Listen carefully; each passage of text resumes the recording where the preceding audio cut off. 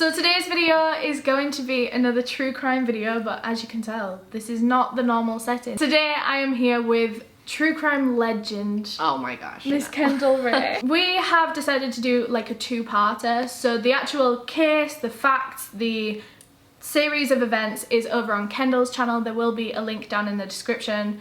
Go watch that one first, otherwise this will not make any sense. No. And on my channel we have decided that we're going to talk about suspects and theories, because if you didn't know, the Jack the Ripper case is still unsolved to this day, over 130 years later. Oh my gosh, yeah. And there's still so much interest in it to this day, which is just crazy.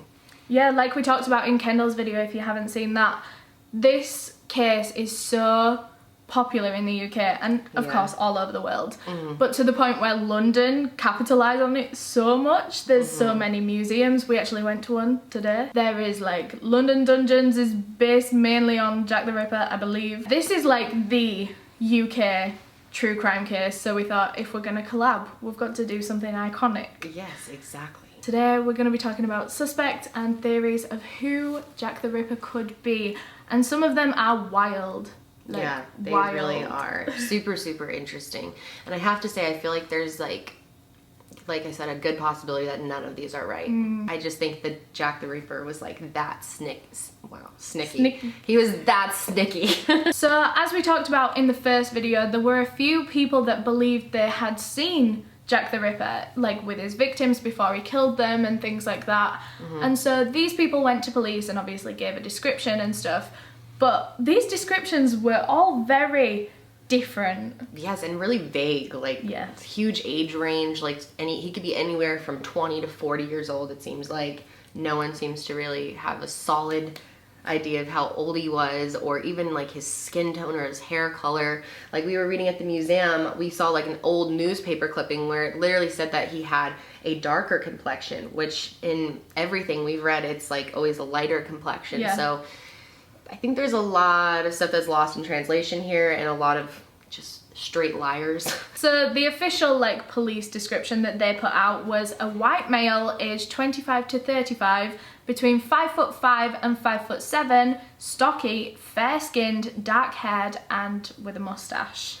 That sounds exactly like H.H. Holmes though. Like no joke, that is his exact description. But there were some people that said he had red hair. I feel like if he had red hair though, we would know. Like, wouldn't everyone had definitely been like, and he had red hair. Yeah, that is the first thing you notice about someone. Like, if you look up, like, pictures of Jack the Ripper drawn, he's normally, like, in these kind of, I don't even know how to describe it, almost costumey looking outfits. Like, he's this, like, dude in the night, like, this black cloak and a top hat and stuff.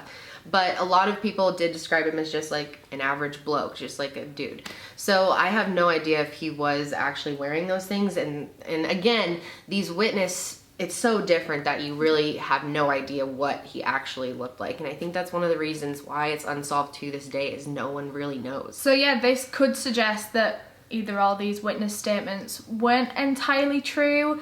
Maybe some of them were true. Maybe some of them thought they'd seen the Ripper, but it wasn't the Ripper. Or that could mean that the Ripper was not just one person. It could be multiple people, two people, someone and an accomplice. And the actual 5 confirmed killings of Jack the Ripper, if you didn't know, Jack the Ripper is believed to have killed as many as 12 people, but only 5 of these are confirmed. And all 5 of those were sex workers. So these are women that see a lot of men all in one night. So it's not so much that the eyewitnesses were lying. Maybe they did believe that they'd seen the Ripper, but they could have seen the woman at some point during her night, but she could have been with like 6 different men throughout the night. So it's kind of hard to say if she was actually seen with the Ripper. So we talked about this in the first video, but whoever Jack the Ripper was carried around like a big knife. He needed to do the things that he would do to these victims. It was sharp, gross, good, big knife. So some people say that they saw him with a parcel or like a package. So maybe he was holding it in something like that, or maybe it could have been a briefcase or something. But to be seen carrying a really long knife, Yeah. would have raised some eyebrows. So. Yeah, so whoever this was could have had it in like a package or something. Maybe I guess you could look like you're just walking around with a package. And yeah. who's gonna guess what's in it? Police also somehow theorized that Jack the Ripper was right-handed and probably had a very good knowledge of human anatomy. So maybe he had a job in that kind of thing, like a surgeon. I would say like he pretty much would have to have been, right? Like, yeah. I mean, it was like surgical precision, taking someone's uterus out of their body, taking it out, like skinning people, like there's no way that some rando just did that, and quickly and outside. So as for suspects, I have never seen so many suspects for one case in my life. Like there is literally hundreds if you look far enough. Yeah, so, like we're barely covering them, and we have 12 here to talk about. Yeah. So we are going to be talking about every single one in the world. So I'm sorry if we skip over one that you believe. Put it down in the comments. So the head of the Criminal Investigation Department at the time, Sir Melville McNaughton, wrote about 3 main suspects in particular, so we'll talk about those ones first. So the first of the 3 official suspects is Montague John Druitt, who was a barista who was about 31 years old at the time of the murders. And he also worked a second job for some extra money as a schoolmaster at a boarding school in Blackheath, South East London. So like we said, the Ripper probably had some good knowledge in human anatomy. Now, while Druitt wasn't a surgeon or educated in that kind of thing, he did have doctors in his family. Both his uncle and his cousin were both surgeons. Yeah, and he was like living with his cousin at one point, or they think he was, and he could have just like learned from him. But at the same time, like just because you live with a surgeon, like does that mean you're gonna know how to do surgery on someone? Like, unless they like straight up were like, all right, sit down, son. Let me show you. Let me show you how to disembowel someone. Yeah, that's a little strange. I feel like the person who did this knew firsthand, went to medical school, or like literally had done this before had somewhere a lot else. of experience. Yeah. So on New Year's Eve of 1888, Druitt's body was found floating in the River Thames after he'd drowned to death.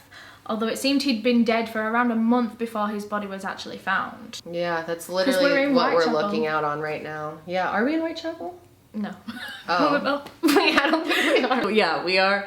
This is the river that he was found in. And so he basically, his grandmother was kind of crazy, and then his mother was also kind of crazy. So he started feeling like he was kind of going crazy and thought it was better for him just to die, probably after seeing his mom and grandma like go off the rails, I'm assuming. So he committed suicide, which I think back then a lot of people figured that, and we've talked about this earlier today, that whoever did this must have been just a complete nutcase, like had to have something wrong with them mentally, which I mean most serial killers do, but back then it was so rare that people were like, it must be someone who's like completely like out of their mind, out of reality. So one of the big pieces of evidence that Druitt is the Ripper is that he died just 4 weeks after the last Ripper killing, so his death lines up perfectly with the end of the killings.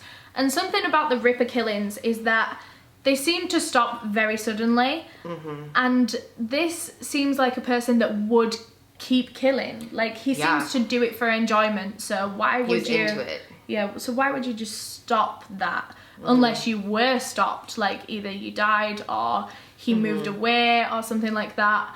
I don't think he'd just stop. Yeah, and with how often people died back then and how young people died, there's a good chance he probably just like died or something. Yeah. And he did fit the official police description of the Ripper, but like we said, that doesn't really mean much because the official description of him... So vague. It's very vague, and it seemed to fit a lot of men in London at that time. A lot of people had facial hair, a lot of people... wore hats. Yeah. Druitt also didn't live in Whitechapel at the time of the murders, and the person that carried out these murders seemed to know the area very well. He knew all the side streets to slip down so that he wouldn't be seen. Because like that area of London, I've never been, but I think from what I've watched, it's like tiny little alleyways and stuff, like the way it's built in East Especially London. in that time, there would have been a lot of tiny little streets. So you would have to like really know your way to like escape through it and go where the police wouldn't find you. So yeah, I agree. I feel like it would have had to have been someone who was really familiar with the area. But one thing about Druitt is that his own family believed that he was the Ripper. Although they didn't have any particular reason to think this. They haven't said any particular reason anyway, not one that I could find. But Maybe it's just kind of cool to say, like, someone in my family was Jack the Ripper. Maybe they just want to believe that. I don't know. It's so strange. Yeah, that was something that we talked about in the first video, that a lot of people at the time seemed to just want to have a connection to this case. Yep. They wanted to be involved. They wanted to have seen him, or... It's kind of like name dropping in a way. Yeah. It was like pop culture of the time, you know? It was like John Benet Ramsey or Madeline McCann of back then. Like, people wanted to talk about it. And if you had some connection to that, obviously, like, people would be interested in you. So I think a lot of people did exaggerate. So suspect number 2 is Michael Ostrog, and he's a Russian doctor and known criminal. And he had been in and out of jail all of his life for theft and was actually known as a con artist. At one point, he was even admitted to an asylum for being a homicidal maniac. What does that mean? I have no idea, because he hadn't actually killed anyone. So it's just someone who's just obsessed with homicide? A homicidal maniac, but not a murderer, not in jail, but just a homicidal maniac. I'm guessing he just talked about Death murder a lot. Honestly, if you could still do that, we would be in an asylum right now. Yeah, like we said, there's no evidence that Ostrog ever killed anyone. Actually, his only recorded act of violence was when he pulled a gun on a police officer when he was being arrested for theft. And he didn't even shoot this gun, he just, like, tried to threaten him with it. And something to note about Ostrog is that police didn't actually think he was insane, not enough to be in an asylum anyway. They actually thought he was faking this insanity to get out of going to prison, so he could have either gone to prison or to an asylum, and to him, maybe an asylum felt better than a prison. So he was actually released from the hospital in March of 1888, and that was a few months before the Ripper killings began. So it's totally possible he was let out and then went out and did something like that. Especially if he was a homicidal maniac. Maybe he finally got to carry out some of the actions he's been just talking about. I'm assuming he just must have talked about killing people all the time. One of the conditions of his release was that he had to regularly check in with officers to be monitored, but after his release, Ostrog was never heard from again. So they basically kind of just gave up on that too. Like, they never followed up with him. It was kind of like probation almost, right? Like, they were supposed to be like doing checks on him, and they just never did. So he could have gone off and been Jack the Ripper. But they never followed up with it, like, wasn't a concern for them. So after all the Ripper killings happened, police actually looked into Ostrog as a potential suspect, and they found that during the Ripper killings, he was actually serving time in a French prison, in a French asylum. Oh, okay, so it definitely, like, couldn't have been him then. But some people don't believe that. I don't know for what reason people don't believe that he was in the asylum. I'm assuming that police had official paperwork that he was in this French asylum to prove that he didn't do it. But people looking into the Ripper case think maybe he wasn't in that French asylum. Maybe that was a different Ostrog. So see, there's so many maybes in this case. It drives me crazy. So official suspect 3 of 3 is one that you've probably heard a lot about in the news over the past year or so. The suspect that most people believe to be Jack the Ripper due to new evidence. Aaron Kosminski, a Polish and Jewish barber living in Whitechapel at the time of the murders, was suspected back in 1888 at the time of the murders due to his appearance fitting the description of the Ripper. But imagine if police looked into every single man that looked like the Ripper. It would be all of them, since apparently the Ripper looks like literally everybody. Well, to be fair, it looked like they did that with the amount of suspects that they've got. You know what? That's true. They really did look. And there was a lot of circumstantial evidence surrounding Kosminski, but nothing concrete, nothing that police could say he is definitely the Ripper. But that was until very recently. So he also spent a lot of time in asylums in his life, and the longest period that he ever spent in one was almost 30 years before he eventually died as a patient in 1919. So the reason that he was in these asylums is listed as unknown, but we have a lot more, you know, information about mental health these days, and now people think that it was schizophrenia. However, in his admission notes to this asylum, he was put down as not a danger to others, which you would think if Jack the Ripper was admitted to an asylum, he would be a danger to others. Yeah, unless, I mean, he was really smart and could, like, fake it, but it doesn't sound like this person was doing that. And the only violent thing that he ever did was, like, one time he had an outburst and threw a chair in the facility, so. And Kosminski was known to have a hatred of women, particularly sex workers. And this lines up well with Jack the Ripper, because a lot of, like, experts on Jack the Ripper think that he just hated women. Moving the uterus, I mean, is such an attack against the feminine body, and I mean, it's really a sign of hatred towards women, I think. And Kosminski was actually sent to an asylum the final time, the time when he spent 30 years there up until his death. He was sent there just a couple of months after the last Ripper killing. So that lines up pretty well, because he would have been locked away, and that would have been the thing that stopped him. One thing that's really interesting is he was actually picked out in a lineup from a witness whoever had witnessed Elizabeth Stride's murder. But again, like we've talked about, these witnesses may not have actually seen this, but she did pick him out of a lineup. So it is possible, it does give him a little bit more credibility towards it being him. But because Kosminski was a Jewish man, and so was the man that identified him in this police lineup, this man didn't want to give evidence against Kosminski because he didn't want to do that to another Jewish man. It was kind of like a code. Yeah. Yeah, you don't want to like take down one of your own. Yeah. And because if this man gave evidence against Kosminski, Kosminski would have been sentenced to death, and he obviously didn't want to do that. So the most recent piece of evidence that has only been found in the past few years to say that Kosminski was the Ripper is actually DNA evidence, which is something that police thought they would never get in the Ripper case. Yeah. Obviously because it's been so long and there's not really anything left to test. I assume that like back then they probably weren't even looking for DNA, right? Like they didn't even think to gather it. In 2007, businessman Russell Edwards was at an auction when a blood-stained shawl was presented to the crowd. It was described as belonging to one of the Ripper victims, Catherine Eddowes, and it was supposedly found at the murder scene. Russell Edwards had already devoted some years of his life to solving the Ripper case, so when he saw this shawl presented on sale, he paid a large amount of money to be the only person in the world with a physical artifact. Any others were in police storage at this point. Edwards enlisted the help of a molecular biologist who DNA tested this shawl, and what was found was the first and only piece of DNA evidence in the Jack the Ripper case. What's so weird about this, I thought this was so strange, is it wasn't actually listed in Catherine Eddowes, like, the list of things found at the crime scene. There was no shawl. There was no shawl, but then people think that the policeman who made the report actually took the shawl as a gift for his wife, and that's how it eventually ended up at this auction. But like, who would be like, honey, I brought you home a gift, and check out this bloody shawl. I mean, we really have no way of knowing if this is actually connected to Jack the Ripper, unfortunately, although it would be very interesting to have his DNA. So the blood staining on this shawl was tested against a descendant of Catherine Eddowes, and a match was found. And in the process of testing this, the molecular biologist also found a semen sample on the scarf, which was tested against a descendant of Kosminski's, and a match was found there too. Which like seems like pretty crazy. Like, what are the chances of that? Seems.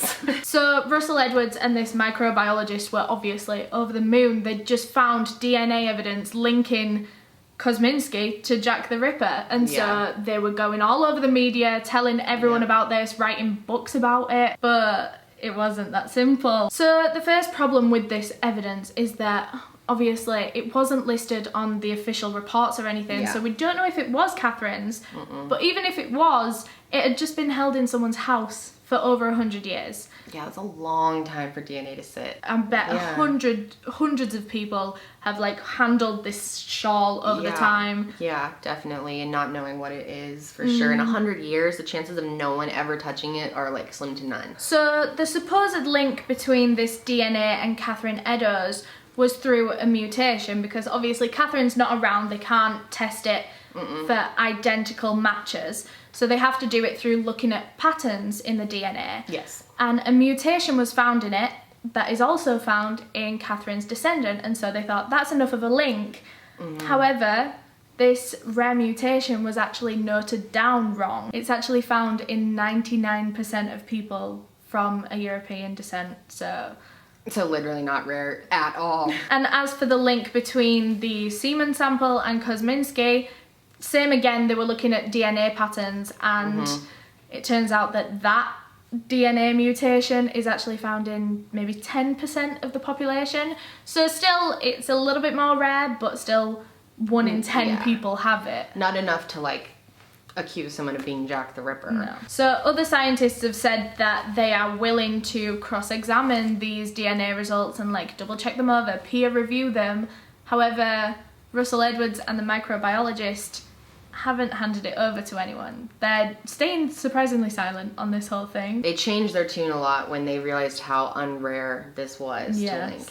And just the fact that it was going to be so scrutinized, I think they realized, like, there's no way to prove this even is Catherine's. Although something that does kind of look like it could be Catherine's is the way that the blood is spattered on this shawl. Yeah. Looks as if it was done by, like, slashing, rather than just, like, it was dipped someone, in like, blood. dropping it or trying to stage it. Yeah. It seems like it actually was a legitimate splatter, whether or not it was of hers or not. But I mean, it could be. Suspect number 4 is one that actually does have some evidence behind it. A painter named Walter Sickert, who was known to be obsessed with Jack the Ripper. He was like a Jack the Ripper stan. Crime author Patricia Cornwell has devoted her retirement to proving this theory and spent millions of pounds in the process. So she's very confident that Sickert is Jack the Ripper. So much so that she spent, what, £2 million on 32 of his paintings. Handwritten letters. She even bought his desk that he would sit at and do all of this so that she could go over it and find her own clues. Like, and it's not even an artist. It's just this guy who was obsessed with Jack the Ripper that she clearly felt like it was him enough to spend that much money. That's some serious dedication to this case. So she, like, changed her whole life calling from being an author, a very successful author as well. She must be very rich to be able to spend this much money on paintings. Yeah. And she's completely changed all that, so now she's like an armchair detective. Armchair detective, that's what I was looking for. She was so obsessed with figuring this all out that she started thinking that there were like messages encrypted into his paintings that maybe he would secretly put things in there. Like, for example, like some of the positions of the women in the paintings were the same way that the victims were laying, so maybe they were positioned the same way. But also, let's keep in mind that this guy was obsessed with Jack the Ripper and could have made his paintings to match the Jack the Ripper cases. Yeah. So anyway, she literally would like cut these paintings up and like rearrange them and try to find like hidden messages. And she literally hasn't found anything. No. So all that money and all that time. But she's not wrong about this guy being obsessed with Jack the Ripper. He was obsessed with Jack the Ripper. Obsessed. Many of his paintings were inspired by the murders, be it like from a fan point of view, like a sick fan, or if he was like painting his own murders. One of his paintings was even called Jack the Ripper's Bedroom, and there was a woman in one of the paintings whose facial injuries matched that of Catherine Eddowes. And Sickert would even cosplay as Jack the Ripper, and this was way before like dressing up and cosplay was a thing. I mean, people would dress up, but not as serial killers. Yeah, and it's hard to even say like how do you even dress like Jack the Ripper when they weren't even for sure about what he was wearing. He was probably in like the little like the black cape and the whole Jack the Ripper outfit, which I don't even think that's what he was wearing when he was committing murders. No. People would see him like you'd look like such a sketchball running around in like black cape at night and a hat, like with a knife. And obviously he was very weird to do all of this and to create these paintings and things, but that's not proof that he was a murderer. No. It's proof that maybe he just liked a serial killer a bit too much. So Sickert was actually looked into at the time of the murders as a potential suspect, but he had quite a good alibi. He was away in 1888, he was in France. However, Patricia Cornwell, this author, has looked into that a little bit more, and she doesn't believe his alibi. So obviously at the time in 1888, cameras were a very common thing, and pictures would normally be kind of recorded by drawings and like paintings and things, like there were no cameras. And Cornwell claims that she can pick out Sickert in 3 different paintings from 3 different events in London around the time of the Ripper killings. That seems so crazy to me. Like, what are the chances it's actually him in the painting? Like, I feel like whoever painted these paintings probably just made up some people. It's just like, here's a dude, here's a guy. And especially if he fits this supposed Jack the Ripper description, a lot of men did. So she thinks that proof that he was not in France lies in a painting. What's her name?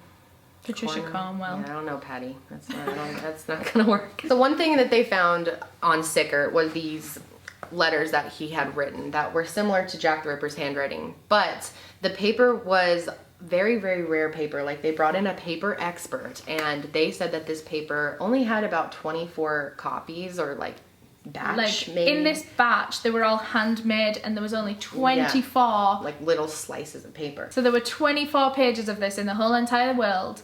And Sickert and Jack the Ripper somehow both got their hands on paper from this same batch. That's a little weird. That's pretty crazy. So, like, it could be huge evidence, and it does sound like huge evidence, but both of these men lived in Whitechapel. Well, we assume Jack the Ripper lived in Whitechapel. Yeah. So maybe just someone in a shop was selling this batch of paper. These men came in and only bought them a few pieces at a time.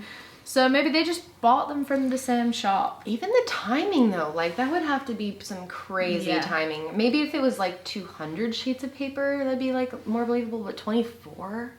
Seems like if you were gonna buy, like, you'd probably buy all of them. Yeah. Who's like, I'll take half those and leave the other half for this other guy. Like, that doesn't make a lot of sense. No. And also, one thing we've got to remember is that the letters from Jack the Ripper were never authenticated. We don't know that they actually are from the Ripper. No, and there's a good chance they really aren't. No. A lot of experts think he never wrote any letters, and that the whole Jack the Ripper persona was, like, created by people. Isn't that weird to think about? Maybe we've never had any contact with Jack the Ripper and he tried to lay low. He just wanted to kill people and stay under the radar and disappear. And then all these people would write in and stuff. I mean, it's kind of interesting to think that, like, we all might be going off all this random evidence that has nothing to do with the actual guy. So Patricia Cornwell claims that Sickert's motive for committing these murders was that he actually had a deformed penis. And this made him afraid of sex, afraid of women. He had an aversion to this kind of stuff, which eventually led to him despising women and possibly wanting to kill women, particularly sex workers who are known to be sexual, obviously. And if he's scared of that...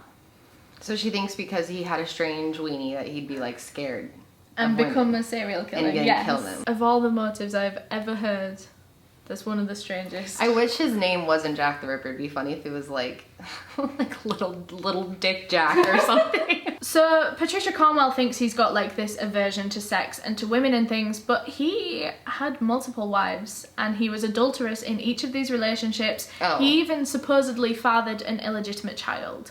Oh, damn. So to me, he doesn't sound like someone that is afraid of or hates sex or women. Like, he sounds like he quite likes it. Yeah, definitely. So suspect number 5 you actually heard about in the last video, and that is the person who discovered the body of Mary Nichols on his way to work, Charles Cross. So he basically said that he was on his way to work when he just came across her body lying there. But other witnesses have said that they saw him, like, a little before he contacted the police, like moving the body, adjusting the body, setting her up, which, again, it's just hearsay. Like, we don't know. But something that does kind of make Charles make sense as the Ripper is when he went and got police and called them over to this body, he actually gave police a fake name.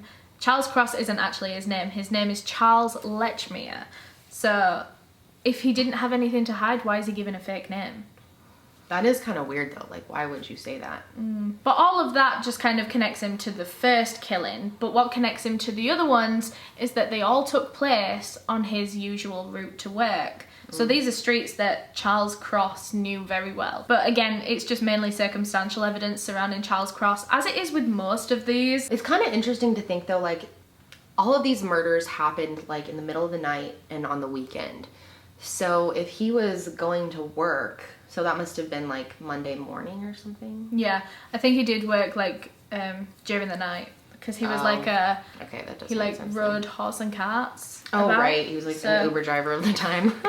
He was probably, like, transporting things, most likely. Okay, that makes and sense. people do say that maybe he was, like, a meat transporter. So, like, he'd maybe take meat from farms to, like, food places. Okay. And that would make sense because he would be possibly covered in blood.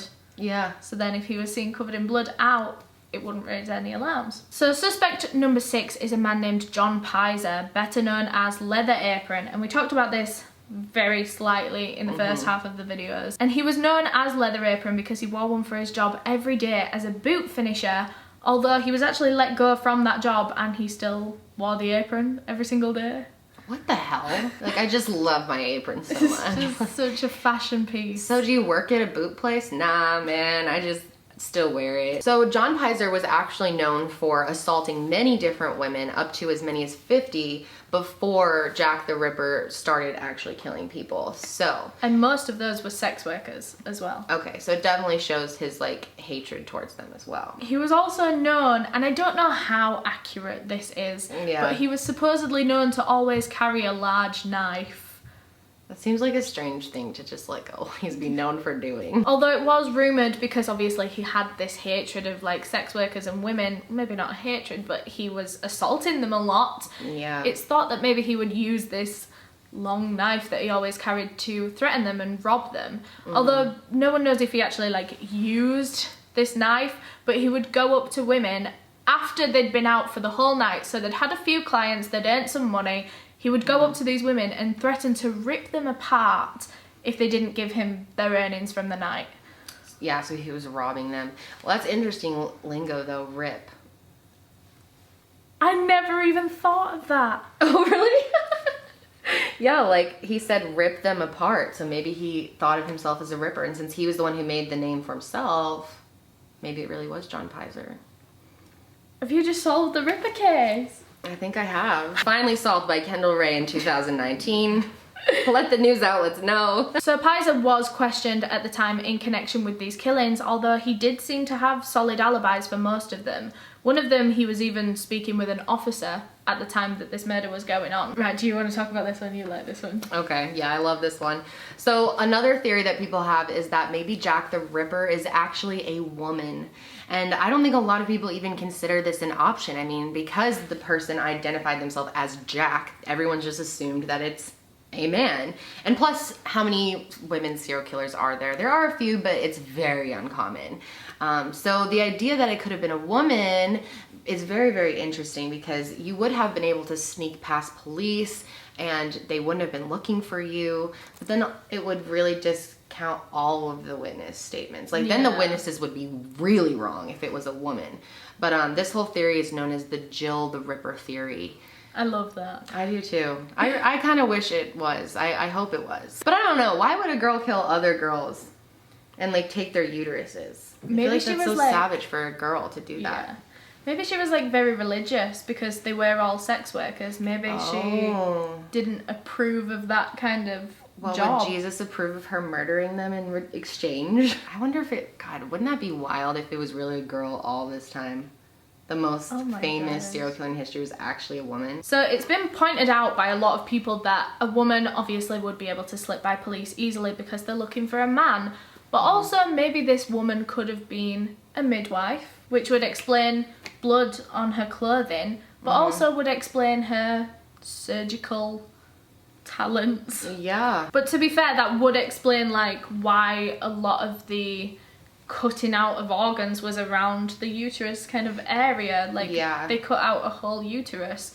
So a midwife would know exactly like where to go in. Although of course, like we said, witness testimonies, no one ever said they'd seen another woman with any of the victims. So yeah, the chances of it being women are pretty low. Okay, so this is probably both of our favorite theories, our most intriguing theory, I should say. And that is the theory that it was actually H.H. Holmes, who is an American serial killer based out of Chicago, who killed a lot of people. Some people think that he could have killed up to like 200 people. And this dude had a full-on murder castle. I have a full video on it. It is the weirdest thing. Like, he had gas chambers and torture rooms and dissection tables and all these crazy things. He would like leave people to suffocate in vaults for days, just bizarre stuff.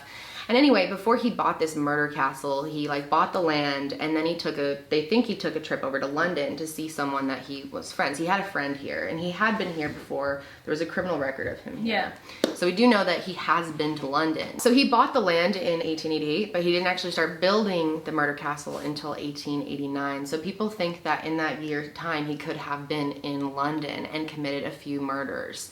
And this would make sense because H.H. Holmes was a doctor. He did go to medical school, and he was really, really smart. And he was also known for brutally attacking mainly women, and he had a hatred towards women as well.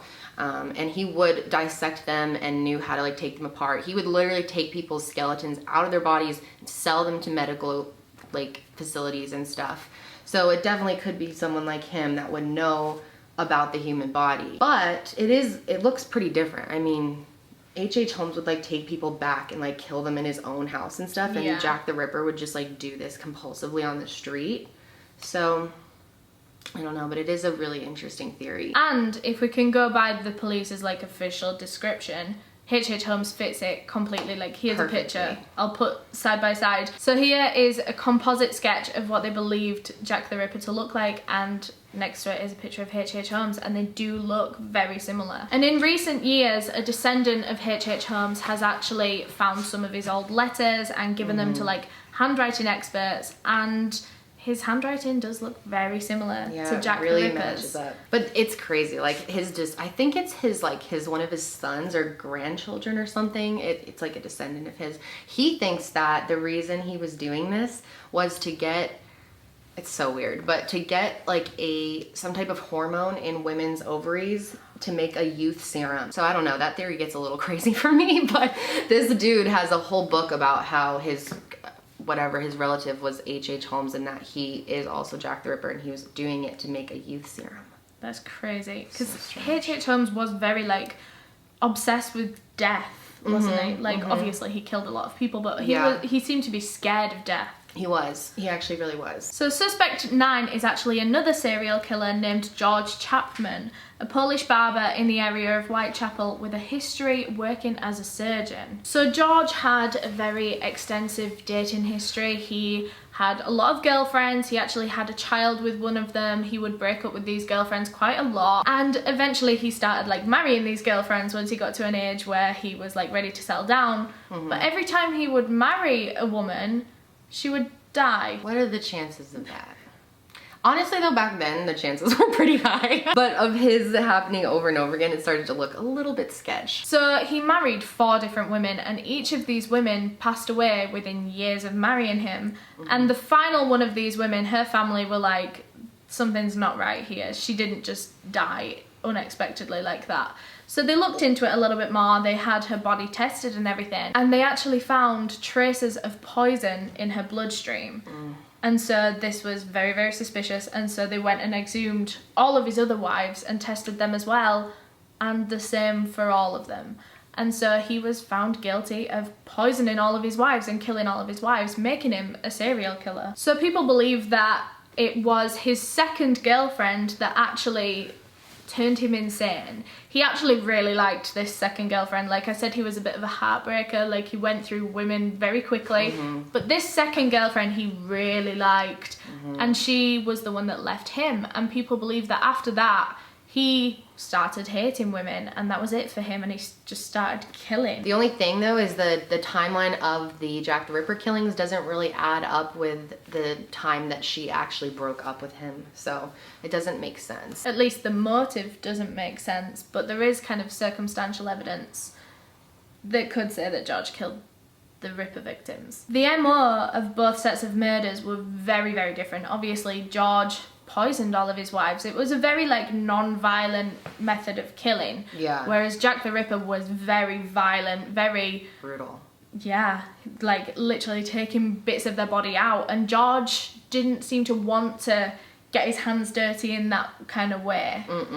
Didn't like seem to enjoy the actual killing process. And it's very, very rare that a serial killer will just switch up their own MO like that, like halfway through the killings. They normally find something that brings them some kind of whatever they get out of killing, so they stick with that. And it's very rare that someone will go from very violent murders to very like non-violent murders. So the next theory is that the royal family, the British royal family, are behind the Jack the Ripper killings, specifically Prince Albert Victor. I had never heard this one before. That is so wild. He was known to frequent areas where victims were found and actually contracted syphilis shortly before the murders. So some people believe this either drove him insane or made him so angry that he was driven to kill. Prince Albert was rumored to have an affair with a woman in Whitechapel, and from it he had an illegitimate child, which was of course very frowned upon by the royals. So the conspiracy goes one of two ways. People think Prince Albert either committed the murders himself, brought on by his insanity or his anger from contracting syphilis and making a woman pregnant. Or maybe Queen Victoria hired someone, Jack the Ripper, to kill everyone that knew about the child. That seems kind of weird. Why would all these random women know? Like the canonical five, why would they know about? And the canonical five are not believed to have known each other. Yeah, so how would they have all known about this secret illegitimate child? But that would explain how Jack the Ripper was able to slip by police without being detected. He would have had some kind of help, obviously professional help, to make sure that he got away with these kind of things. But of course, there's absolutely no evidence for that theory at all. That one is just conspiracy. We love a good conspiracy about the royal family in the UK, so. Yeah. Suspect number 11 is Joseph Barnett, the roommate of the final Ripper victim, Mary Kelly. This one's really interesting.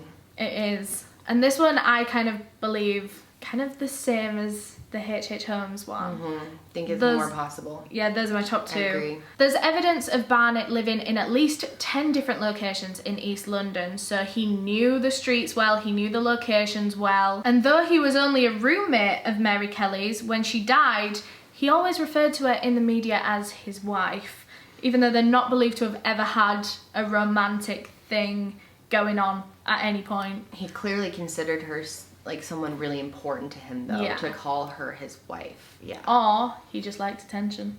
Yeah, or true that. And sympathy. But whatever their kind of relationship was, he did really care for Mary, and he didn't like her being a prostitute. Obviously, it's not a very great job to have. And so he would do everything he could to make money to keep her off the streets, to pay for everything she needed. Probably worried about her safety, and if you like are in love with a woman, the last thing you want to do is see her like prostituted off. So I guess a lot of people think that he basically just wanted to prevent her from wanting to go back out on the streets, so he started killing people in prostitution so that it would scare her enough to want to stay away from it. And then once he did it once, it wasn't enough. Maybe he felt like he had to do it again.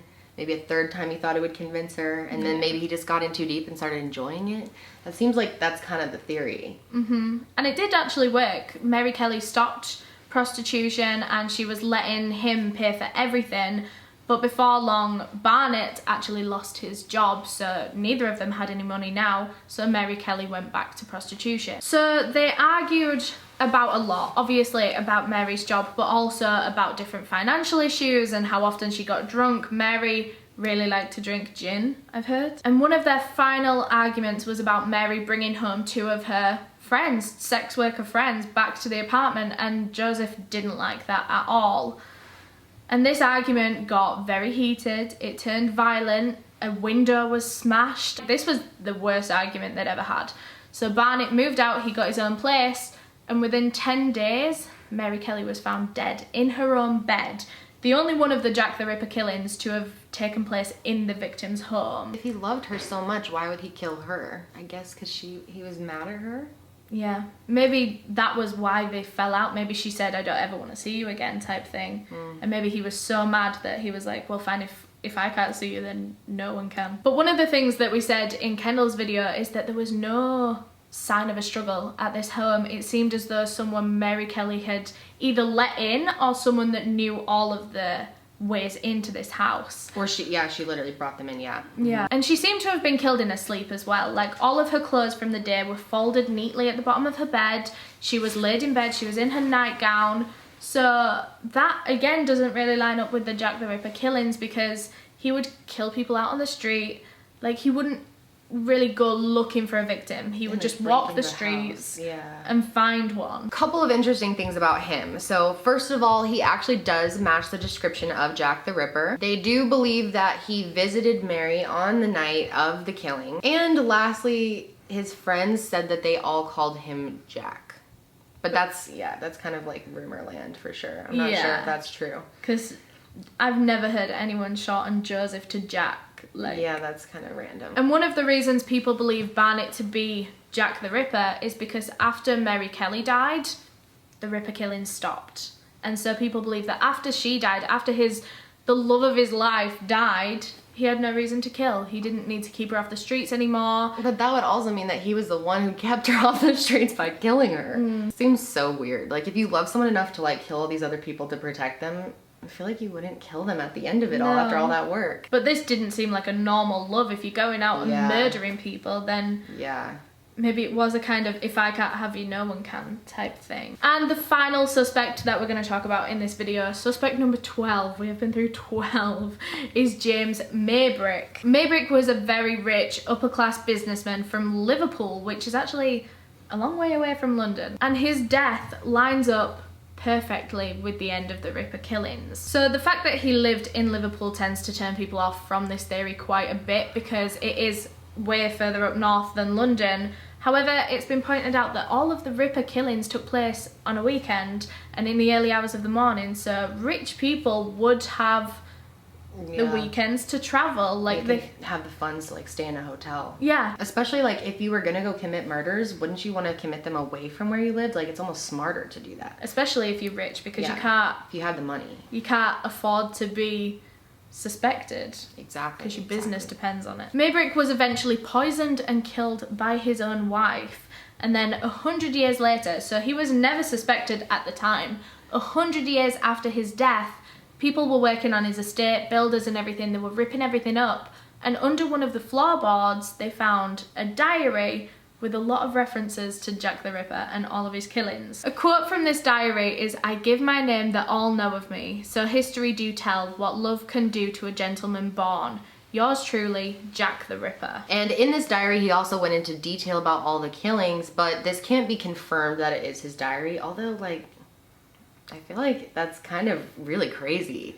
What are the chances that it's not? Because it was so old. And the fact that it was found under the floorboards, it's definitely something that someone wanted to hide. Yeah. What's really weird though is this man named Mike Barrett. He was actually the man who found the diary. He actually admitted to faking and writing the entire diary himself, but then later retracted this and said it was real and that he basically told people that it was fake to get people to like leave him alone because he didn't like all the attention that it was getting him.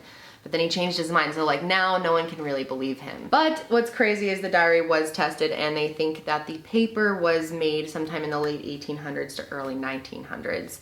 So it definitely is old. But whether Maybrick wrote on them back in those times or whether this Barrett guy just found a really old notebook and thought, okay, I'll write in this and fake this whole thing, we don't know. It does seem a little too convenient that you just find a whole diary from him, yeah. In the years after the Ripper murders, a pocket watch was deemed potential evidence and a possible belonging of the Rippers. On the back of it, it had a number of things scratched into it, including each of the canonical 5 victims' initials, the phrase "I am Jack" and "J. Maybrick." And these scratchings have been analysed and found to not have been made in modern times, but I don't know what the hell that means. Like, just because they're not modern doesn't mean they were made all the way back in the 1800s, you know what I mean? Yeah. Modern times could be the past 10 years. Yeah, maybe they just don't think it's like a fresh dig into it. So that is pretty much all of the main suspects for sure. Which one do you think is like most likely? Mary Kelly's roommate, Joseph Barnett, I think that one has a lot of,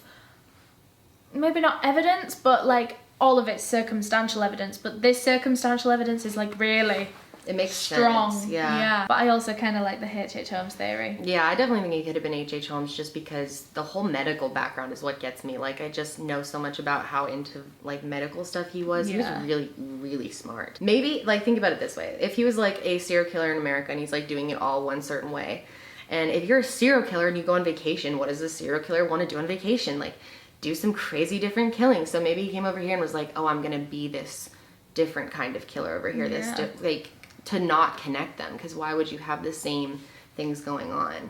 So I don't know. I think it's really, really interesting. Although I think whoever this descendant is that has come forward with this theory, his book I've heard is kind of full of shit. So. And you like the Jill the Ripper theory as well, don't you? Yeah, I like it. I don't know. I think it's very unlikely, but of course I like the theory. It would be kind of cool. But yeah, those are all of the suspects, all of the theories. Let me know which one you believe the most down below in the comments. I really want to get like a discussion going on this one in the comments. And we know that like this case was huge and we definitely left out like a ton of detail, but it's just a lot, especially coming together to try to like get everything in. But we really hope you guys enjoyed this video. You don't understand how hard this collab has been. We have rearranged this whole Airbnb for this. Yes, yeah, and sorry about the lighting. It got kind of bad by the end of this, but it's currently nighttime. Hey, at least we're here. At least we're here. But yeah, thank you so much for watching this video. If you enjoyed, make sure you leave a big thumbs up down below and subscribe if you want to see some more from me. Make sure you go and subscribe to Kendall. Of course, the first half of this video will have been on her channel. So, I mean, if you watched this one first, then I'm sorry. You must be really confused. But yeah, thank you so much for watching, and I will see you in the next one. Bye!